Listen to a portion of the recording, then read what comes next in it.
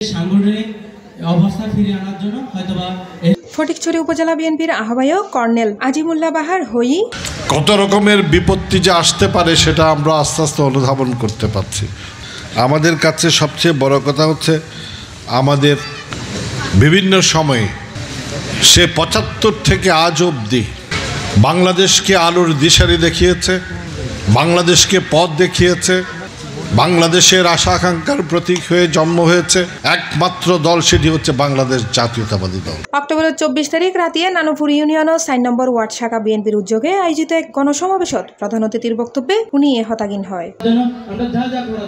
Nanupur union BNP senior সহসভাপতি মোহাম্মদ করিমুল হকর সভাপতিত্বে অনুষ্ঠিত সমাবেশত প্রধান বক্তা আছিল উপজেলা বিএনপি সদস্য সচিব জহির আজম চৌধুরী।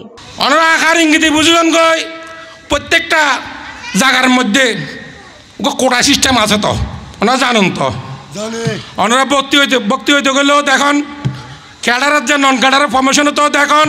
ইউনিয়ন বিএনপির সাংগঠনিক সম্পাদক মোহাম্মদ হামিদুল্লাহ মোহাম্মদ বেলালর যৌথ সঞ্চালনায় অনুষ্ঠানত আরো বক্তব্য রাখে সাবেক ছাত্রনেতা মোহাম্মদ এমরান, বিএনপি নেতা ইদ্রিস মিয়া ইলিয়াস, অ্যাডভোকেট লিয়াকত আলী চৌধুরী, উপজেলা বিএনপির সদস্য হারুন রশিদ, রায়হানুল আনোয়ার রাহি সহ আরো বতকিও।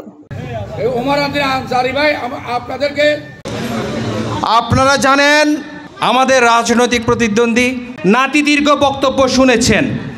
আমরা 10টার মধ্যে আমাদের আজকের এই প্রোগ্রামটা শেষ করার জন্য সদস্য হতে পারে, সবাই ওনার জন্য দোয়া করবেন, প্রকৃত ভুলের জন্য পরীক্ষা বলিয়েরা আর ঐক্যবদ্ধ হয়ে থাকবে।